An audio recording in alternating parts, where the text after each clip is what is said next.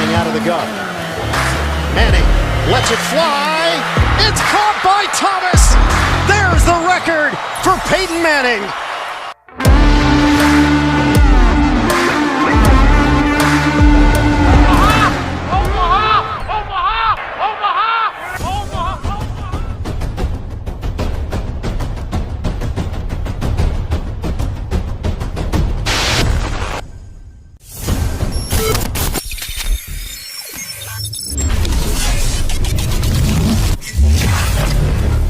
Nothing wrong with Orange and Blue Podcast.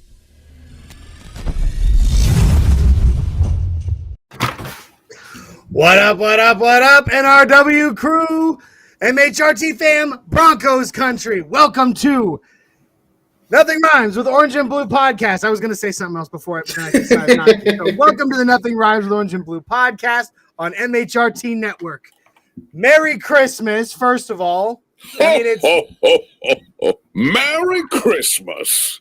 This is the last podcast before Christmas, Johnny, right? Yeah, it's the last podcast before Christmas. That's why you see me sitting here rocking my very, very ugly Christmas sweater. Wait, and, so we're not doing one for Christmas Eve? No. Well, I was thinking about going live and just putting it in front of the fireplace and having a Nothing Rhymes Yule log, but nobody wants to see you laying in front of a fireplace, buddy. I mean, we don't know that. I know that. And okay. Oh snap! We got a new name already in the comments. This is awesome. Christos Jenkins. Happy weekend. Go Broncos. I'm from Omaha. Well, there you go, Omaha. Omaha. We actually have a lot of fans in Nebraska. You got Mundungus, the boss man. Yeah, he's in Nebraska. My cousin Jay Dreamweaver, he's in Omaha. So Christos from Omaha, welcome. Here's to you. I cheer. I'm going to post the new that you is the newest member of the NRW crew. And then of course Mundungus brings up already. Isaiah, it's time for the mute button. So, all right. So I'm going to remind everybody all the way through the show.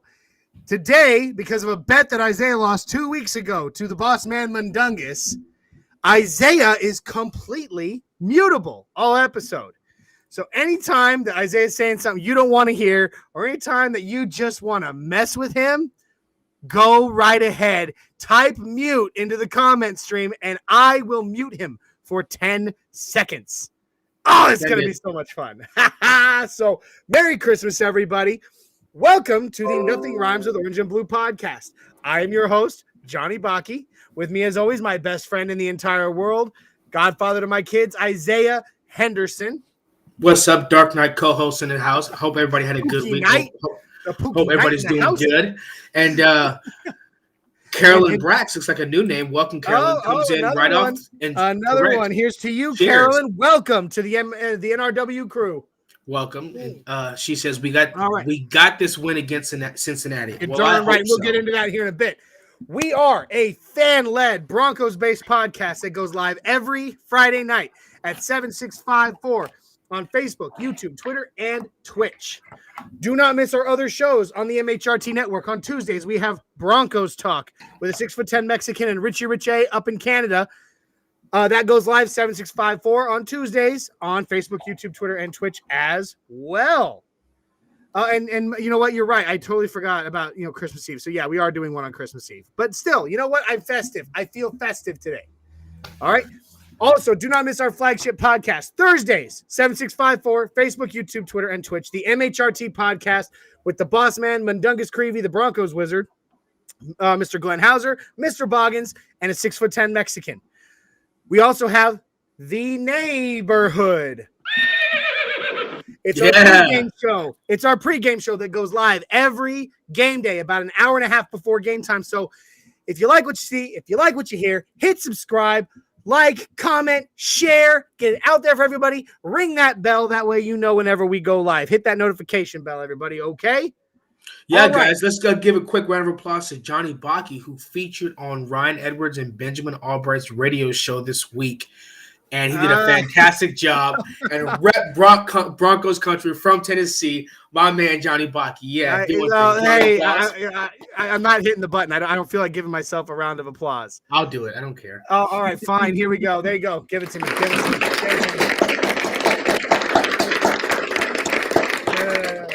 I didn't say stop. I'm just kidding. Shadow, what's up? Michael Rivera. It was actually one of the coolest. It was such a cool experience. Yesterday, you all can catch it on iHeartRadio. You can catch it on KOA's website. You can catch it on in all the podcast platforms. I was given about a 15-minute guest spot on Broncos Country Tonight with the man himself, Ben Albright, and Ryan Edwards, and it was exciting. It was so much fun. I had a blast, and I feel like I did a pretty good job, and I really enjoyed myself. So that was fun. Thank you, Isaiah, for bringing that up. It was MHRT. What's up, Michael Rivera? Welcome. All right. So in the comment stream, we got Avatar right now saying I met a good portion of Broncos fans in South Dakota. There you go. I mean, yeah. Broncos country's everywhere, man. Like, I have this saying I love that's if I'm standing on it, it's Broncos country. Like, I want to go to South Dakota one day just to see. Yeah, me too. Michael says he's from new name in the house. Here's to you, Michael. Here's to you from Colorado Springs. I have family in the Springs. Christos back in says he lives in Springfield as of now, but there are a lot of Broncos fans there. So that's Springfield, Nebraska, I think. Because I think this is Missouri. That's right. I'm so sorry. No. Christos said he's from Omaha, but he lives in Springfield, Missouri. Okay, I get it now. I'm sorry about that. There we go. Our boy Shadow Jacker in the house. Shadow this weekend. That's right. What is it, like a game, like NFL? Yeah.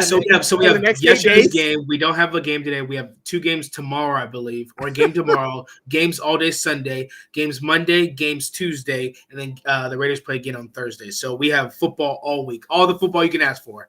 So, dude, that's a lot of football. Yeah. I mean, I feel like we're about to have a football overdose. A lot of film to watch, too. A lot of film. That's a lot of film to watch. We got Shadow Jacker in the house. Mundungus Black. He says he's saying Black Hills, South Dakota is amazing. I definitely want to go tour that whole place when I go to Colorado one day. South Dakota. Our boy Mobad in the house. What's up, homies? What's up, Mobad? We love you, brother. It's good to see you. Merry Christmas.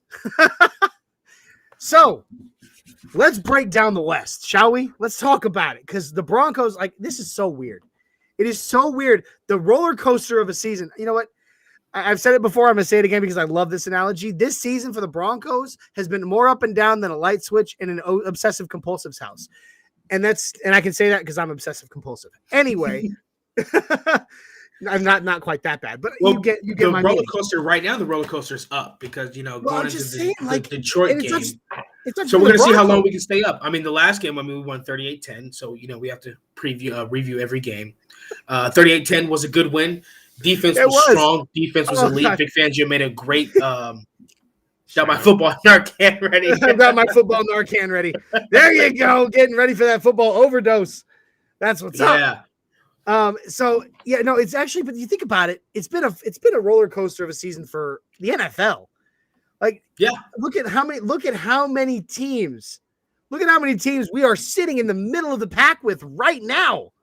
Yes, I mean everybody's in a tie every week. Everybody's trying to make the playoffs. We're in the middle of December in a tie, so it's ridiculous. We're in the middle of December. We don't even have what you would necessarily call a winning record, and we're still in playoff contention. Well, the AFC is the most competitive. The AFC is the most competitive conference. Absolutely. I mean, if you look at the NFC rankings, the top tier teams they have a bit of a distance in between them and the second place teams. But in the AFC, if one team like the Chiefs won yesterday, all of a sudden now they're number 1 in the AFC over the Patriots. But if the Patriots win, they jump back up. If one of those teams lose, they all drop into the middle of the pack where the rest. Hey, real quick, mute. Nobody typed it because nobody's typed it yet. So I really wanted to do it. I just really wanted to mute you and time. There we go. That was fun. Remember, everybody in the comments, type mute if you want to mute Isaiah for 10 seconds at a time. It's going to be fun. Please help me out here. Don't let me have all the fun. So anyway, continuing on. Yeah, Mundungus comes in. He says we literally have a winning record. Okay, I'm sorry. You're right. We're winning right now. We're above 500. We're above 500. When I think of a winning record, I'm thinking like outnumbering our losses a lot more than but with our wins a lot more. Right.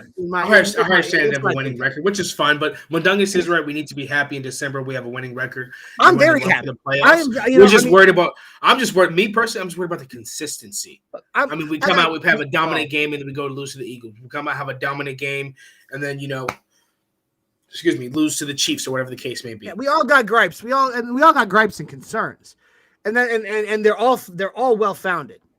There's plenty to be concerned about. But the fact of the matter is, we have been doing way better than. I'm sorry. Hold on, Isaiah. Basically, we've been doing a whole lot better than I think any of us expected. So mute, by the way.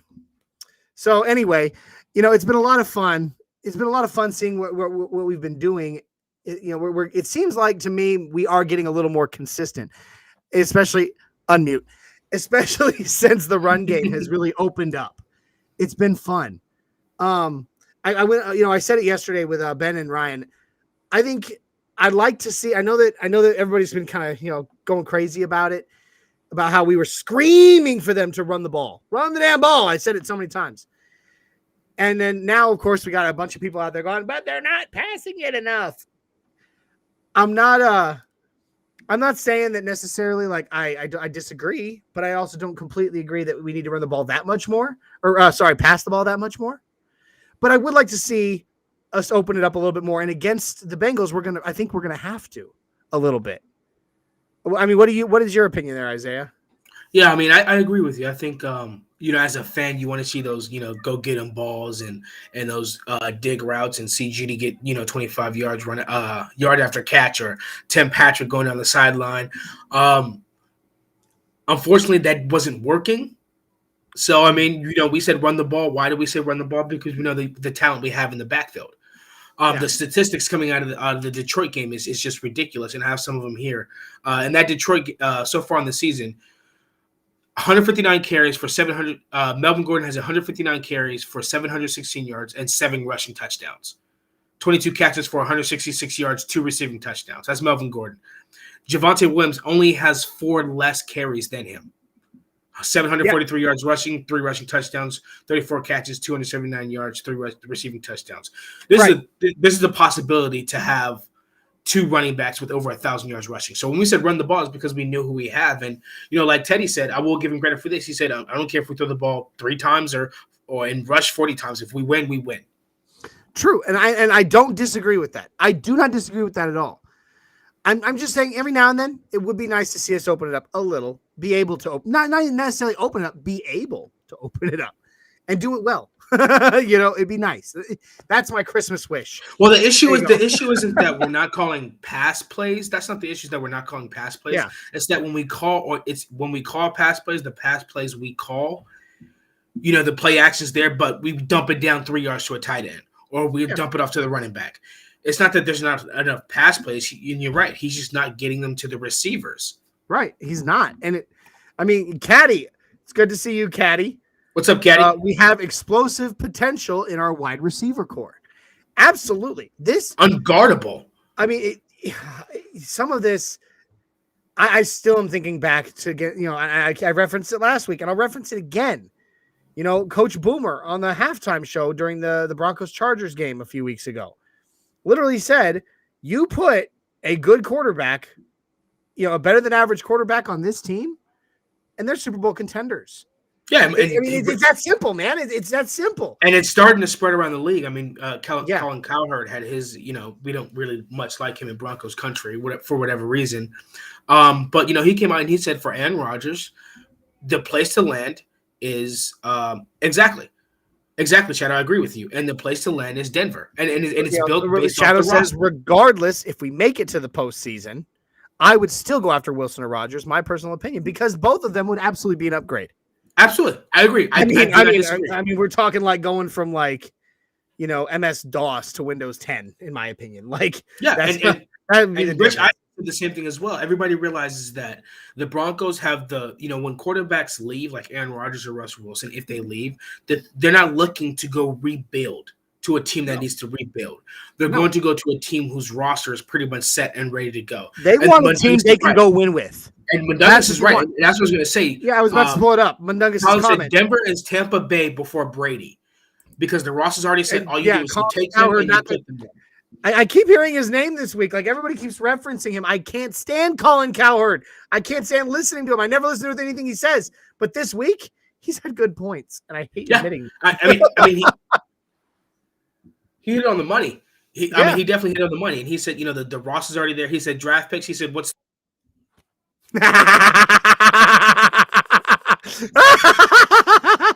God, you know what? Nobody's helping me in the comments, so I'm just kind of taking it upon myself to mute you at random intervals. It's kind of fun. I'm really enjoying this. Y'all need to help me out a little bit more in the comment stream, though. Unmute. Here we go. Keep going. Yeah, he said, what's 3-4 draft picks of the Broncos? He said their draft class. He said, and the roster they have is young, so they don't need big contracts. Young guy, and he said, and he went through this list. He said, receivers, running backs, offensive linemen. Our offensive line is 13th in the NFL. He said they're not terrible; they're average. He said the Buccaneers were when Tom Brady came. Yeah, I mean, look. I said this yesterday. I've said it all the time. I want a veteran. I don't want to go to the draft. Like, I get the idea. I get there is this want in Broncos country to develop a homegrown talent. That's great. But I mean, come on. Like, think about this. Look forward to the draft. Okay. I've watched some film, not as much as I should have just yet, but I've watched some film of these quarterbacks coming up in the draft. There is nobody that is just striking out off the page at me going, I am pro ready. I am ready to take your team to the next level. I'm not seeing that at all. There's definitely a whole lot of potential. Whole lot of potential that is going to need a lot of grooming and a lot of developing. Look, this team right now, this young team that we have under contract right now, over the next couple of seasons, not 3, not 4, a couple of seasons, are ready to win. Right now, we are win ready. Sans minus a great quarterback. So you bring us. So I want a veteran. I want somebody to come in who all they got to do is open up the playbook, flip through the pages, get up to speed on the scheme. Then they can take this team to the house, and they will. And I agree. 100%. And then let's worry about a homegrown. Let's worry about developing a homegrown talent later. Right now, this team's poised to win. We develop a homegrown talent right now. I think we draft a quarterback anyway. I think whether we sign Russell Wilson, Aaron Rodgers, or we sign Teddy, that's the point. I think we draft a quarterback anyway. You sign a 4-year deal with a quarterback, and then you have that quarterback under the tutelage of, say, Aaron Rodgers or Russell Wilson for 4 years. And we draft that quarterback anyway. Look, we draft our quarterback of the future to develop, but we don't have a strong person right there right now to take us the distance right now. We're wasting the talent on this team. Yep. Wasting it. I don't want to waste that. These guys, these players, they don't want their talent wasted. It's their greatest commodity. Yes. I mean, why, let's not waste what they've got for us right now. So let's see. We got Caddy saying, I think Tim Patrick is an effing star in this league on another team. He's a star on our team. He really is. And I think we signed him to a star deal. We gave him star money. We signed him and Cortland Sutton to a star deal. And that is going to be for the future, because that's going to be attractive to these big names that we might want to try to bring in. We have two of the biggest wide receivers in Sutton and Patrick, who I like when you throw the 50-50 ball. Mm-hmm. I mean, Cortland Sutton and Patrick's footwork and their go get it. I mean, they're both like almost the exact same receiver.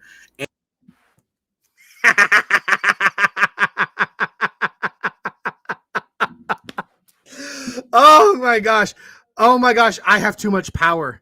I have too much. You're unmuted now, by the way. I have way too much power. I don't know what I can do with this. I feel like I'm gonna let the power go to my head. I'm just gonna mute you for the whole show and just talk. I'm kidding. But one thing Colin Cowherd, once again quoting him, he did say that, which I thought about. He said veteran quarterbacks make your offensive line better. Now we're ranked 13th in the league as an offensive line, and the reason why I said it was because veteran quarterbacks audible away from trouble. Yeah. And they shift the O-line, which is something a younger quarterback may not be able to do when he first gets to the NFL. Right. So that's one of the reasons why he said middle of the pack offensive line at number 13 now, which is actually pretty good. Top 15 O-line. That's actually really good. And then you throw in a veteran quarterback, they're even better. They're even better. And so well, yeah, for sure. I mean, they're ready. They're ready to go. We as a team are ready to go. And I did the math.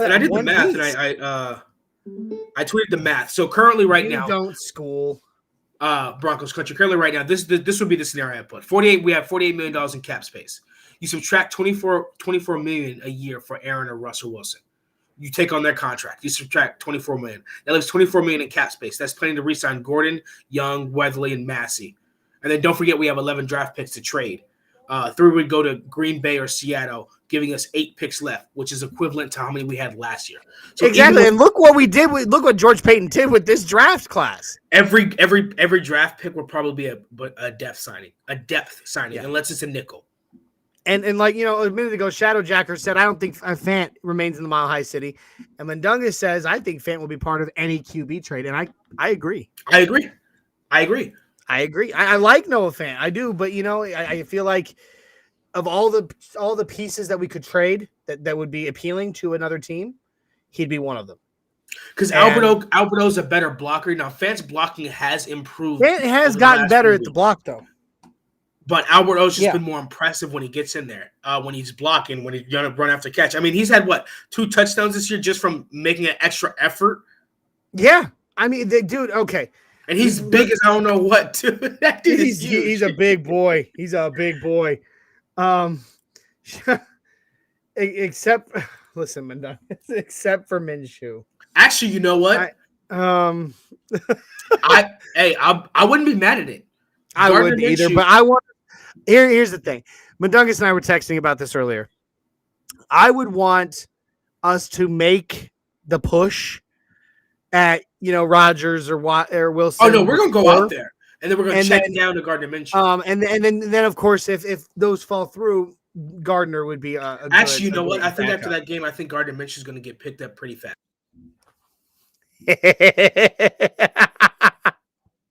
Muted.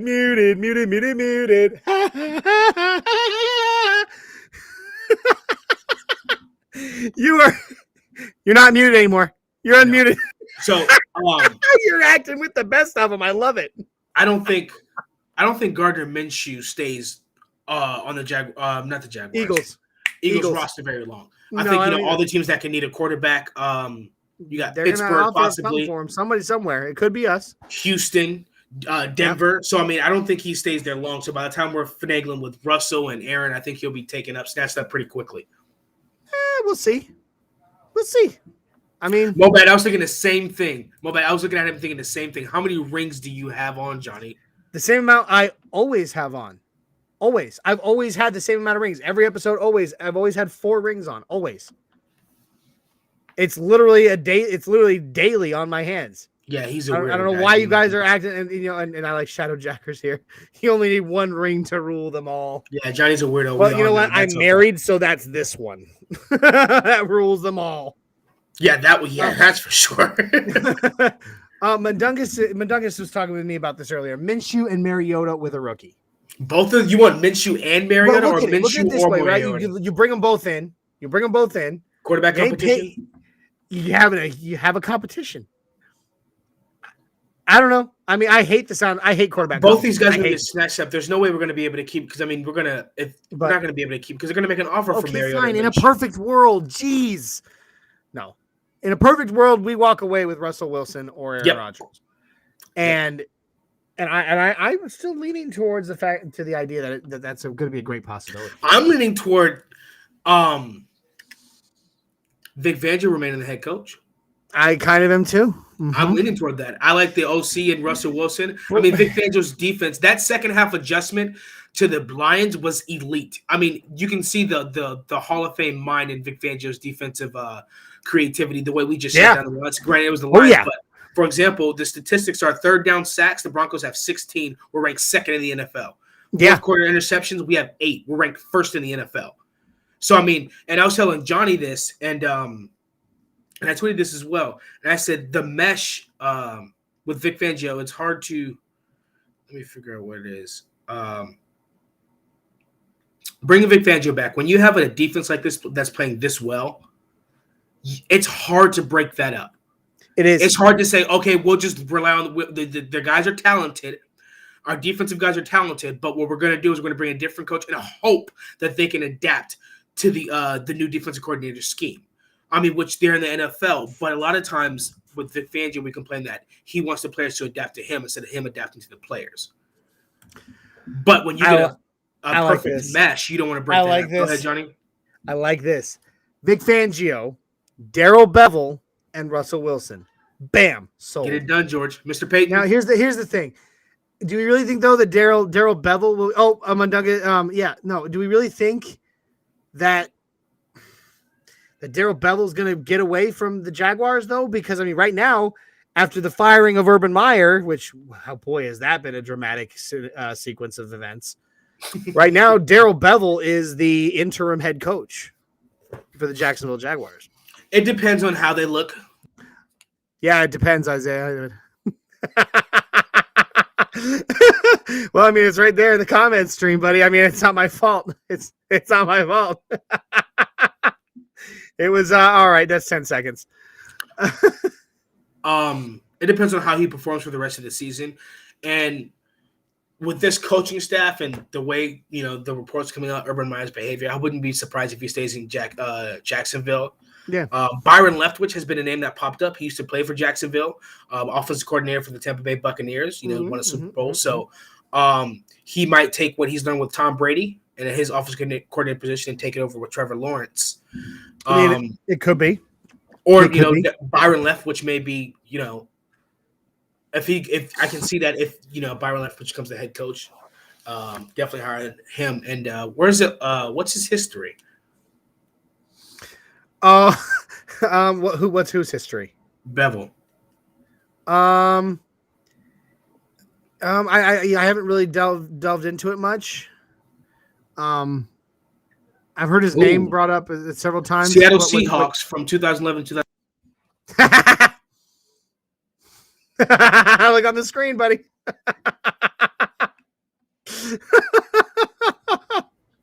Well played, Shadow. All right. Continue. Check this out. I'm reading his resume. I'm definitely down for him. Darrell Bevel. Okay. He was offensive coordinator for the Minnesota Vikings from 2006 to 2010. So that was with Brett Favre and Adrian Peterson. Okay. Detroit Lions Seattle Seahawks from 2011 to 2017. He drafted Russell Wilson. Yes. I'm reading that right now. Look, I like it. I like it. I like that a lot. Boss, thank you. Yeah, that's pretty good. I didn't know he drafted Russell Wilson. And they won a Super Bowl together. Yes. Oh, yeah. You got to bring – and he was offensive coordinator the entire time. You bring him back? You bring those two back together in Denver with these weapons? Woo! I don't think Jacksonville's going to let him go, though. I think they would. For the right. But George has got to come up with some offers. He can be like, "Hey, George, come on, George's got offers. He'll make. It's going to be the same thing. It's not okay.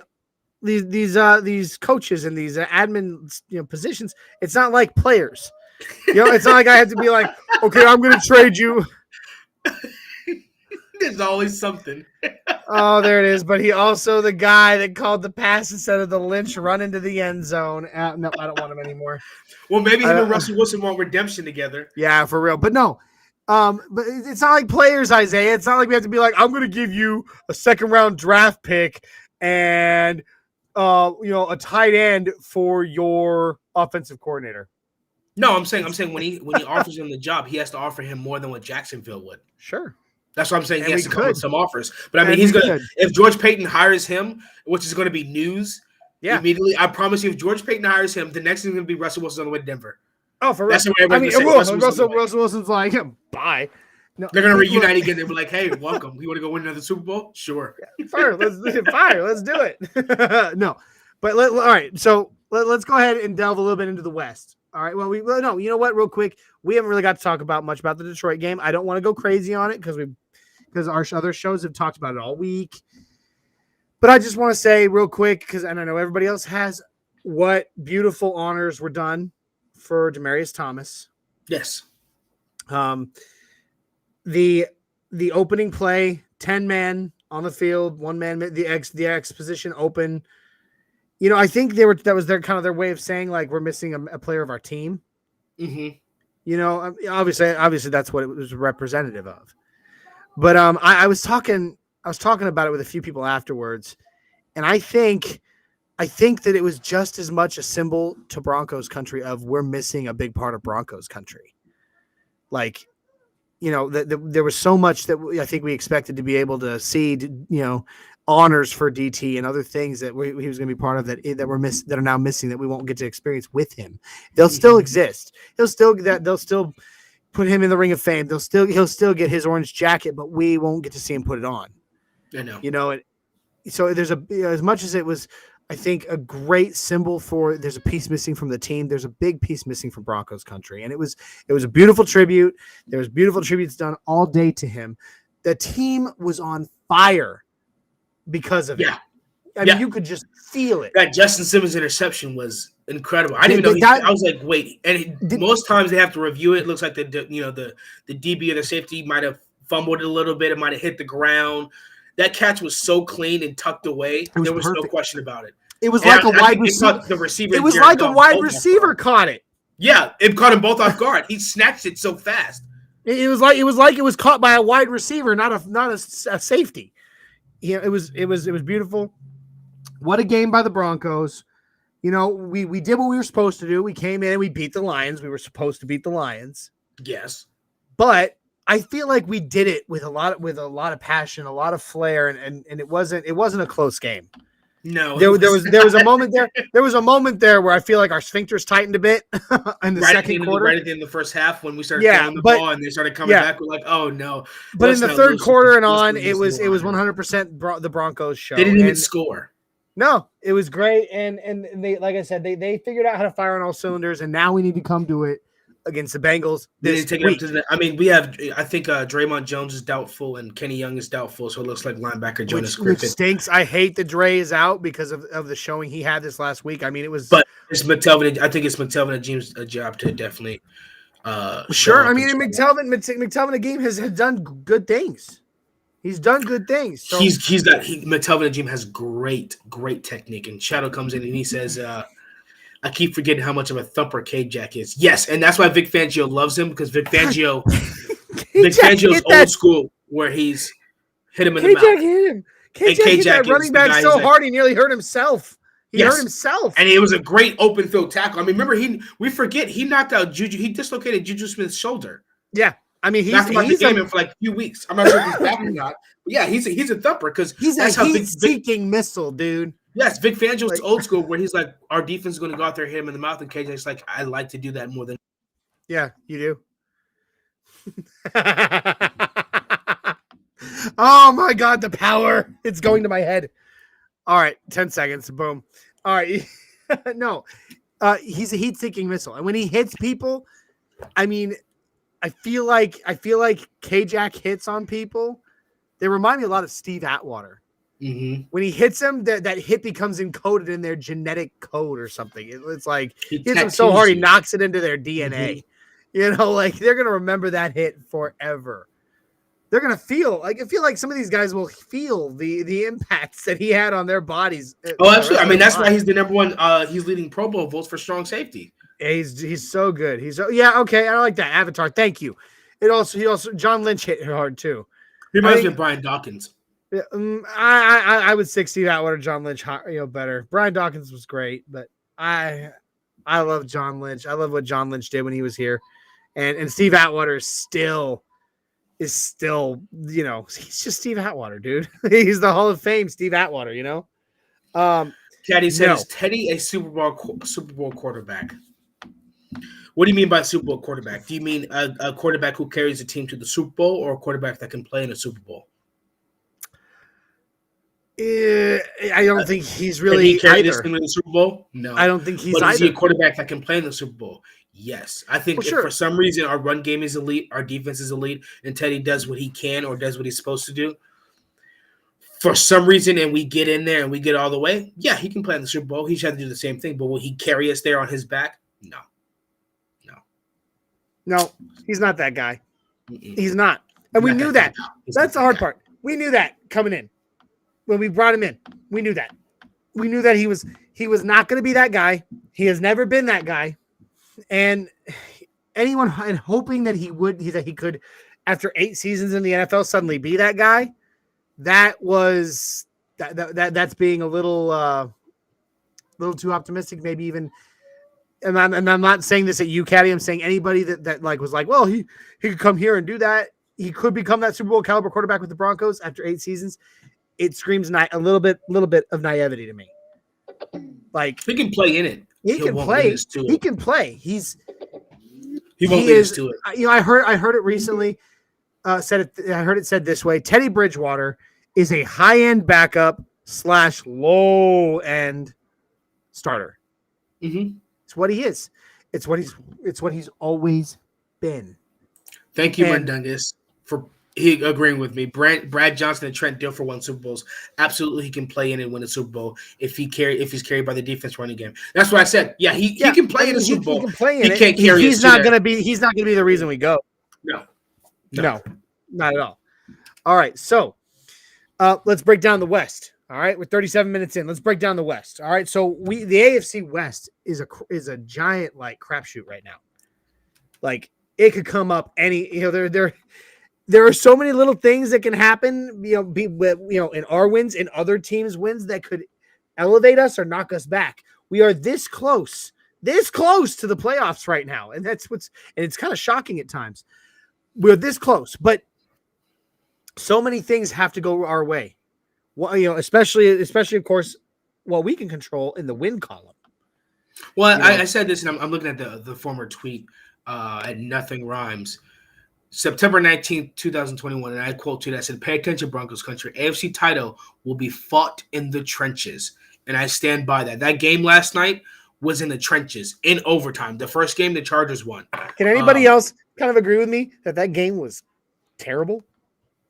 I did not enjoy it. I stopped at halftime. I didn't watch it live. I went back and watched it today, and because I wasn't able to yesterday. But like it, what an awful game! I just checked the Chiefs and the Chargers yesterday. It was terrible. Yeah, I watched it till halftime. Went to bed. Looked at the score. Neither side impressed me. I'll give it to Patrick Mahomes. They came back in overtime. The Chiefs came back in overtime and took it. I mean, we beat the crap out of the Chargers, and we held Tyreek Hill and Travis Kelce to 50-something yards. So, I mean, it's doable. But we needed the Chiefs to win.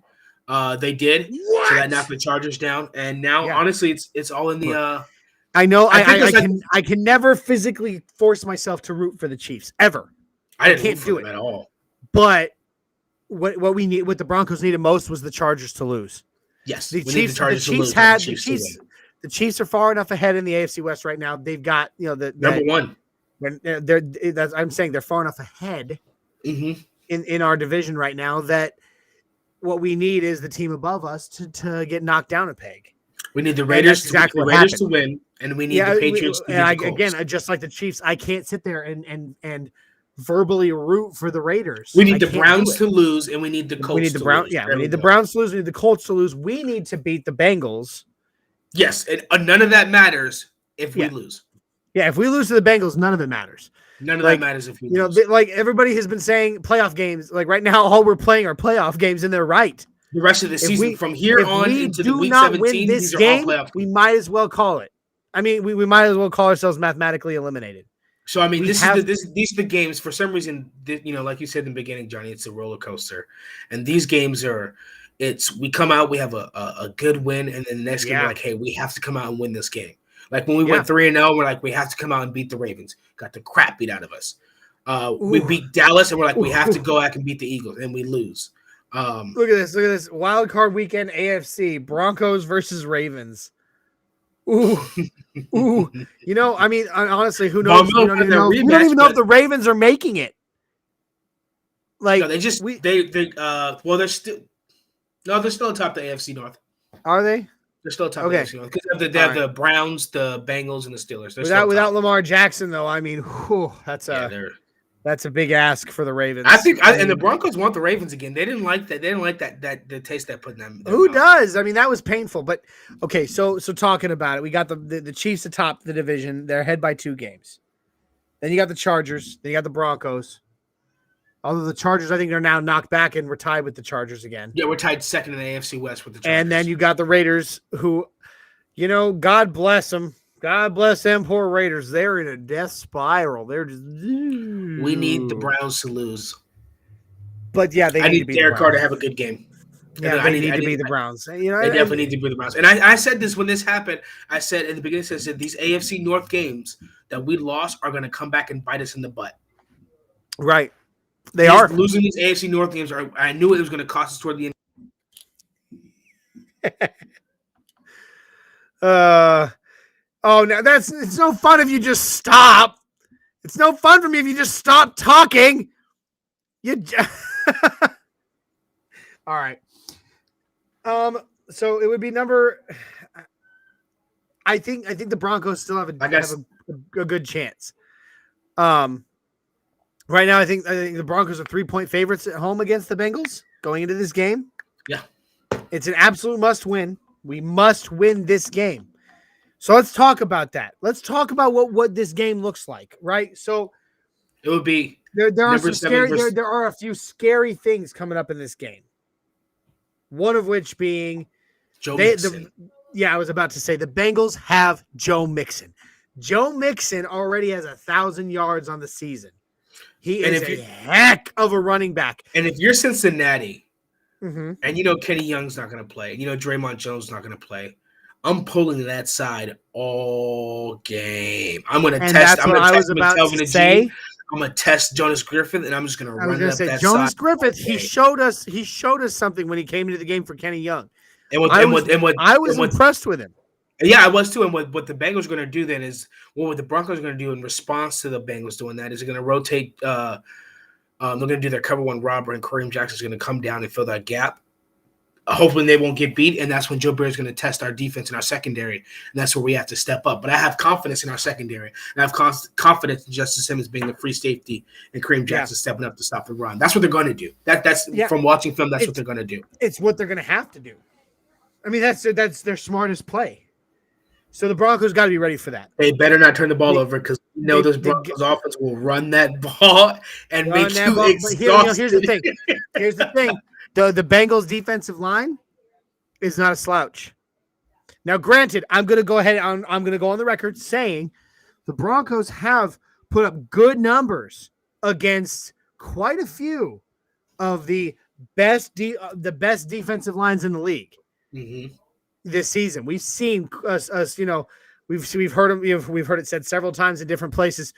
They're sporting one of the best, run defenses in the NFL, and then the Broncos get out there and run wild on them. Yes, they can do it again. Shadow, but do not. Bryce Callahan's we back, gotta so be Kyle careful. Fuller won't be playing.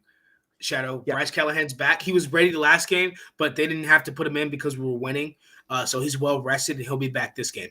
Kyle Fuller will be starting. I swear, if I see Kyle Fuller on that field when Bryce Callahan's healthy right now, I'm going.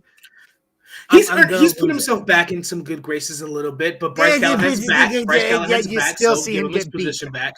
And Bryce Callahan's coming back at a perfect time, to go down the stretch. And thank you, Shadow, because that's a fantastic point that we're focused on Draymond Jones being out and Kenny Young. But that makes me so sad because Draymond Jones had such a good showing against Detroit. He said it was the best series of his life. Okay, all right, here, yeah. Well, dude, that series, like they said it on the on the commentary. I think it was Mark Sanchez said it. It's like that will forever be known as the Draymond Jones drive. Like he just. Like I said it to you on the phone the other day, you watch it. He had that sack, and that sack was gorgeous.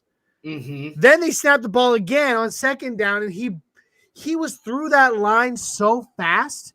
Had he been a millisecond faster, he could have taken the handoff right out of the hand of Jared Goff and gone to the house with it. A millisecond faster. Granted, he wasn't, and who was it? I don't even remember who the running back was. The Lions running back there. Was it Robinson? Maybe, but either way, he had the ball, but because he wasn't quite that millisecond faster to just grab the ball away. He was right there. He didn't even get away from the quarterback's side. No, with the ball before he was tackled. It was gorgeous, and then he bats down the next pass. It was amazing, and it was Draymond Jones first, second, third down. Boom. But one thing we do know with the draft class and the way this season has shown us is that it's next man up. That we've heard him say it before. We've got the depth for it. So we have depth. We have Jonas Griffith and Jonas Griffith and quarterback. Jean, whoever's starting, next man up. Mm-hmm. Deshaun Williams or whoever it is on the that's playing that DN position, next man up. That's and all. Stephen Weatherly, Jonathan Cooper, they've been doing amazing things on the edge. I can't wait to see more of it. Bradley Chubb, I've heard some people talking like Bradley Chubb just hasn't been producing. I'm like, yeah, actually, he's in on pressures. Look, yeah, he's in on pressures, but go back and watch film on Bradley Chubb. He's taken a lot of double teams. Mm-hmm. A lot of double teams. Well, it's because they don't respect our other side, so our other side has to learn how to step up and win those one-on-ones. You're right. Bradley Chubb is not getting to the quarterback. He's not getting the sacks. He's not getting as many pressures necessarily as we are used to seeing from him or expecting from him. But because they're double teaming the crap out of him, our guys on the other side, Jonathan Cooper, Stephen Weatherly, even Malik Reed, they're all getting to the quarterback. Well, they've got to step that up. Definitely step that up this game and get maximum pressure. And Vic Fangio does good against young quarterbacks. Yes, which I was about to say, good quarterbacks. We cannot sleep. Young quarterbacks, we cannot sleep on. This is where Joe Burrow says it will be number 7 versus number 2. So Broncos versus Patriots right now. And the way Vic Fangio calls his defense, that would be a defensive mastermind game. Bill Belichick's defense versus Vic Fangio's defense, and Vic Fangio plays well against young quarterbacks. I'd take that playoff. I'd take that playoff wild card. I would, but they look so great. Yeah, all right. Mundungus absolutely just reaffirming the fact that he does not agree with the nickname given by Rich to Stephen Weatherly. He called him the Angry Aviator, and then EJ, our buddy EJ, went and said, no, he's the mad scientist. And so I like the mad scientist. Now it's been run with, and poor Rich is just losing the battle on this. I like the mad scientist. Stephen Weatherly. So the mad scientist, he's been doing great. And I've been so excited every time I see Weatherly on the field. I'm like, oh, he's in the game. He's in the game. And they're gonna the Bengals are gonna have to respect that this game. Yes, they are. They're gonna have to respect that. But like I was saying, going back, we cannot sleep. We absolutely cannot sleep on Joe Burrow. He is a very good quarterback. Absolutely. And that leads us to our next segment of Nothing Rhymes with Orange and Blue, ladies and gentlemen. Key matchups. Let us know in the comments your key matchup. I'm going to go first, Johnny, because I'm excited for this key matchup. I wish I had the statistics with me. But Patrick Surtain versus Jamar Chase. You would. That's so right now, Jamar Chase is up for he's a possible offensive rookie of the year, but Patrick Surtain is the number 2 cornerback in the NFL against man coverage. Man coverage, you don't catch the ball, so I'm excited to see that key matchup between Patrick Surtain. They know each other very well. They know each other very well. Jamar Chase went to LSU, right? Yeah, but think about how they've played each other quite a bit. And Joe Burrow knows Patrick Surtain as well. Joe Burrow knows Jerry Judy as well. Yeah. Well. So that's my key matchup. Let us know your key matchups, guys, in the comments. All right, Johnny, who's your key matchup? My key matchup, I'm going to say I'm going Baron Browning versus Joe Mixon. Okay. It's going to be Joe Mixon is absolutely an animal on fire running through defensive lines this season. He's very good. And with Kenny Young out, it's going to be up to Baron Browning with his athleticism, his sideline to sideline speed. He's going to be the one that too. Yeah, he's going to be the game caller, but it's going to be up to him to be stuffing those gaps, stuffing those lanes, and stopping the run. And I would even go as far also. I would say strong. Do we know Kareem Jackson is back, right? I mean, he came back in the game. Back. Yeah, so he's not questionable. Okay. I was making sure. I was sure I hadn't seen anything. I think as much as I'm putting the pressure on Baron Browning against Joe Mixon, I'm going to put the same pressure on Kareem Jackson. Okay. Coming up and whether it be safety blitz or just stuffing those gaps and getting those hits on the outside like he did this last week against Detroit. These guys have got to find an answer and stop Joe Mixon. Absolutely. And that's where our defensive line has to step up and our linebackers have to definitely fill those holes. And what I'm looking at is the key matchup for so Jamar Chase right now he's sixth in the NFL for receiving yards, 1,035, and he's tied third for receiving touchdowns with 10. Mm-hmm. Now Patrick Surtain among all cornerbacks, he's tied fourth in interceptions. Oh gosh, I'm trying to remember who their other starting wide receiver is. What his name is? They have you figure that out now, and then he's good too, and being targets and 35th for receptions allowed. So it's going to be a good matchup between the two of them. And Joe Mixon, who's having a great Pro Bowl year. Joe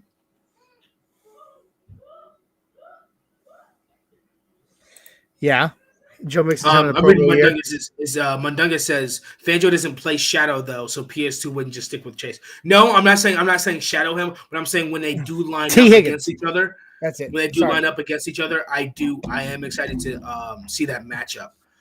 Shadow Jacker says offensive line with Hendrickson. Yeah, Hendrickson has been an absolute game changer in the pass rush for the Bengals off the edge. He is scary. And it's going to be another one of those ones like our offensive line really needs to step up to protect Teddy against Hendrickson. Because Anthony Price, welcome, Anthony. Is that a name I recognize? Yeah, that is a new name. Anthony, here's to you. Welcome to the NRW crew. Welcome to the NRW crew. He says Broncos D-line versus Cincinnati O-line. That's going to be a good matchup. Should they come in and say T. Higgins? Does T. Higgins play XZ or is he slot? Is he slot? I believe he plays. I believe he plays outside the numbers. So that's either going to be Ronald Darby or Bryce Callahan. But Joe Mixon, like you were talking about, he's first in carries. So we know based off that he's first in carries with 245 in the NFL. Cincinnati's going to run the ball. They're going to test our run defense. He's second in rushing yards, 1,036 in the NFL, and he's third in rushing touchdowns. Yep. So they like to give him the ball. So what we have to do is. Yep. I'm sorry. Hadn't done it in a while. Had to happen. For those of you just joining us, Isaiah is completely mutable today, so drop a mute into the comment stream, and I will mute him for 10 seconds. Welcome back. You're unmuted. Ha! God, this is so much fun. Can we just do this every week, please? Please? No. Yeah, we'll rotate. Oh. Okay. Yeah, so Mundunga's confirmed what I said. Yeah, he plays outside the numbers. Their other wide receiver, their slot wide receiver, I believe, is Tyler Boyd. He's decent enough. I think he only has something like 42 yards this season. T. Higgins and Jamar Chase had just stolen the thunder of anybody else on that team. So our secondary is going to completely erase them away from the field. I'm not worried about that. If we can erase Tyreek Hill and Travis, we're going to. So it's definitely going to come down to the run defense. And what's going to happen is they're going to try and run the ball. Our defense is going to stop them, and then Pat Shermer's going to show them this is how you're supposed to run the ball. And they're going to destroy that defense with Melvin Gordon and Javonte Williams. It's going to be a beautiful thing to watch, and I'm going to enjoy every minute of it. So Joe Burrow, who's having a great season, definitely came back from his injury. So props for rehabbing and coming back on his sure. So he's having he throws a lot of interceptions. He's tied first in the NFL for throwing interceptions. Sure, yeah. So that's where our secondary has to take the ball away. Now look, Shadow says getting pressure has been a struggle. This is going to be another key area that we have coverage stack. So yes, yeah. But what we need that 4-man rush to get some penetration. We need that 4-man rush to get some penetration. Absolutely. And that's definitely something we might look at in free agents. Because we absolutely have to make Joe Burrow drop back. We have got to make him drop out of make the him pocket. uncomfortable in the pocket. And Absolutely. Unfortunately, we've got against to collapse the Broncos, that pocket around him. They have a lot of time, but it's covered sacks. Our secondary is making up for our lack of pass rush. Okay. Yeah, absolutely. Yeah, we have. I'm sorry, my kids have infiltrated the man cave again. Yeah. So now that we have we have the key matchup. So the next segment we're going to move on to is what is it? Predictions? No, that's not predictions. Yeah, but in just a second, Samson wants to come say hello to everybody. Is it predictions? Sammy, come here. Predictions. Yeah, predictions is huge. We definitely need to do our predictions, and I think we need to do keys to the game. But hang on. That's what it was. That's what I was forgetting. Keys to the game. Yeah, absolutely. Hang on a second.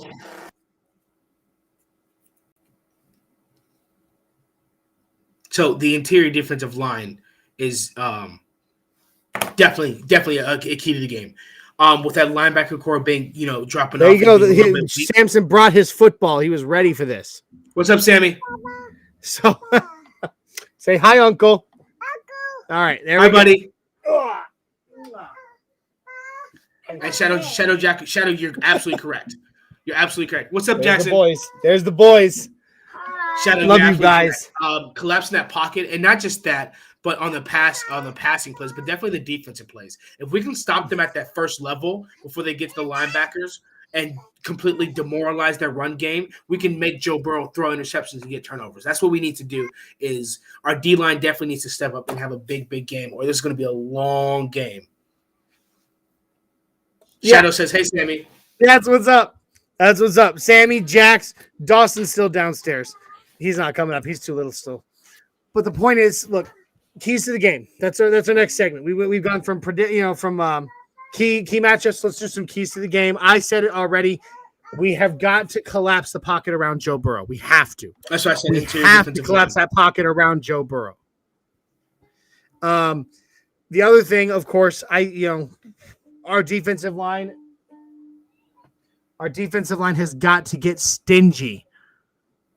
They have got to seal up those gaps and stop the run game against Joe Mixon, or else we stand no chance. It's going to be a long game. We're going to be playing catch up, or we're going to be playing in a shootout. No, we cannot play catch up. Sorry, that's another big key to the game. Do not get behind. We can't play catch up. Turnovers, interior defensive line, turnovers, capitalize off turnovers. Yes, and we cannot play catch up. Off turnovers. Look, I didn't even realize this until recently. Ben Albright, I realized this listening to Ben Albright this week. Teddy Bridgewater is 0-18 in games where he has to come back at halftime. He has to play from behind. That means 18 games in his career he has been down at halftime and has not been able to come back. Not once. Avatar, I agree with you. Takeaways. But not only takeaways, but we have to capitalize off of those turnovers. We have to capitalize. Stick to our game. Pat Shurmur, he got a little bit pass happy, and then he shut it down immediately and just ran the ball again. Keep doing that, Pat. Credit where credit is due. You wanted to throw the ball, didn't work out. Next drive, let me just keep running it, and we put up 38 points. So keep their defense exhausted and keep our defense fresh. So that offensively, just keep running the ball. If the pass is there, Teddy, don't be afraid. And that's the thing I was saying earlier when I said I want to see them open up the pass game a little more. Give them a chance. Thank you.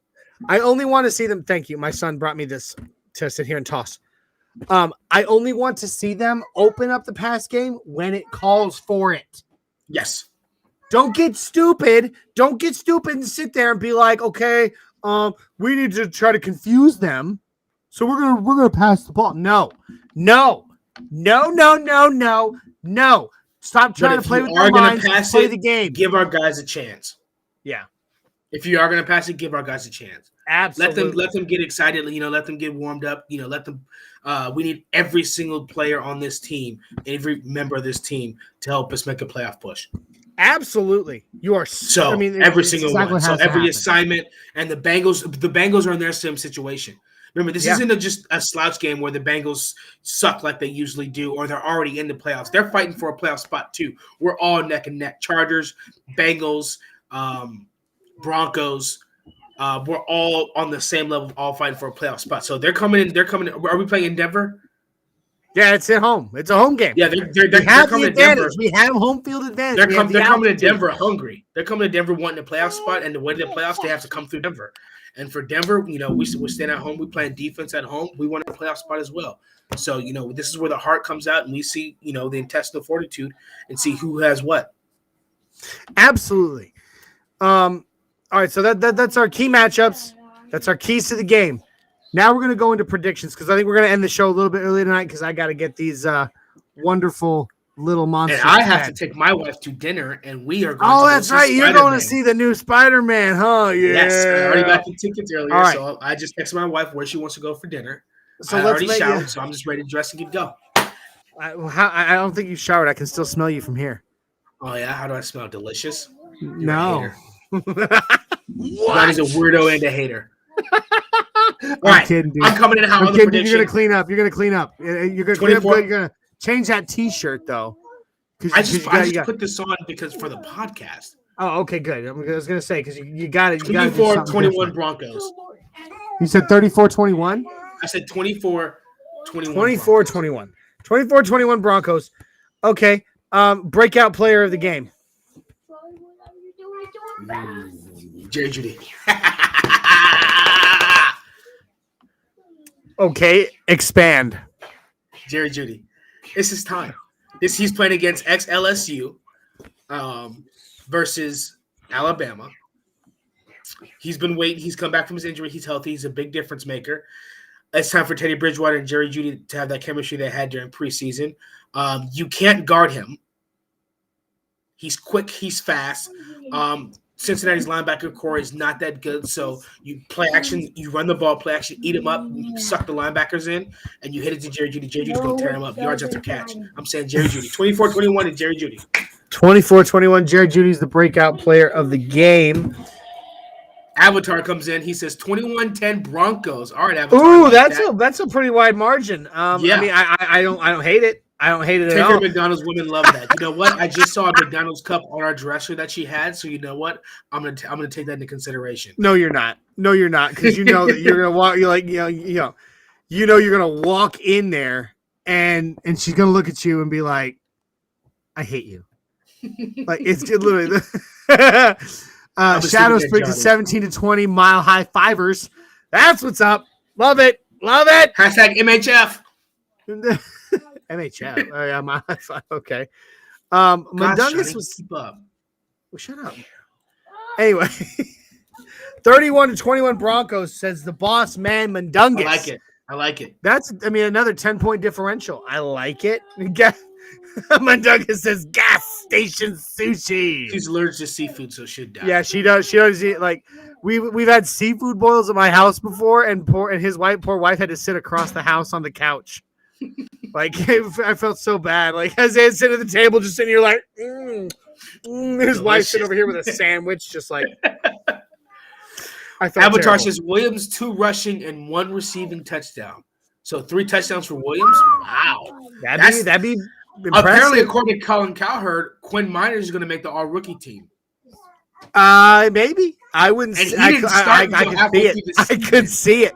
All right, so hang on. You given your predictions? They've given theirs. I'm changing my prediction that I initially gave just a little. Mm-hmm. I'm going 21-17 Broncos. Mm-hmm. Breakout player. Ooh, see, this is.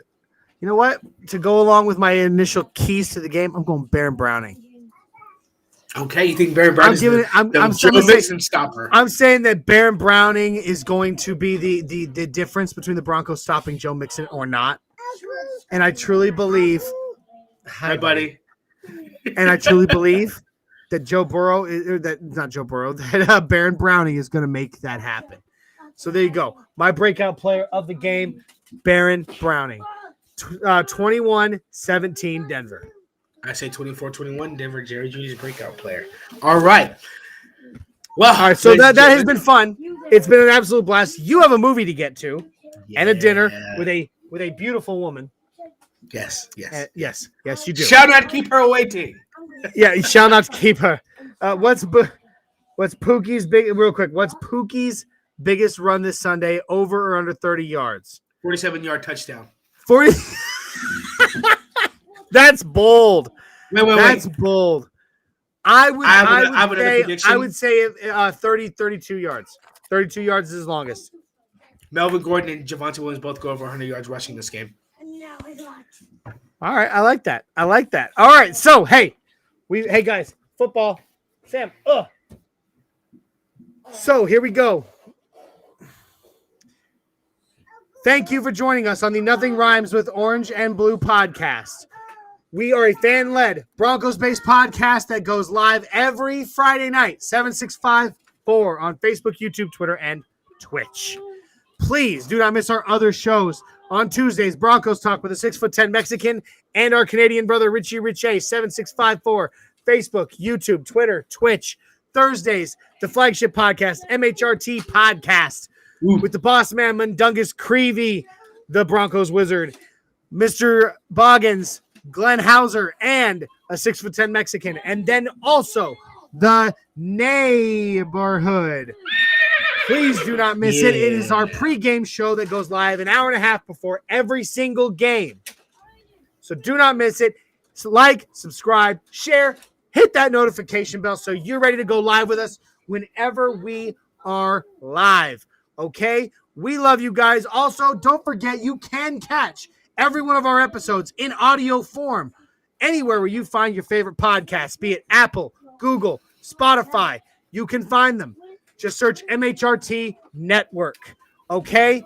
We love you, Broncos country. We love you, the MHRT fan. We love you, NRW crew. All of you, thank you so much for joining us. Guys, you want to come help me do this mile high five? Hold on, they're coming. The kids are coming.